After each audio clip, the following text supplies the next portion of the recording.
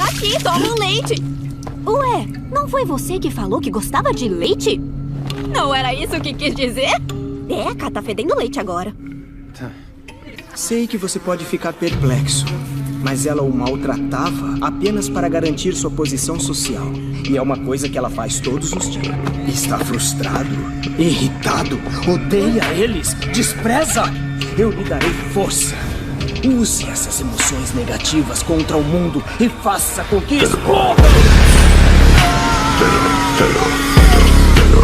Qual o seu problema?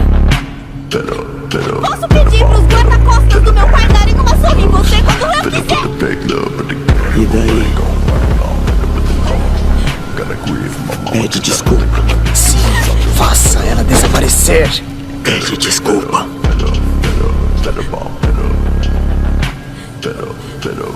Que escuro!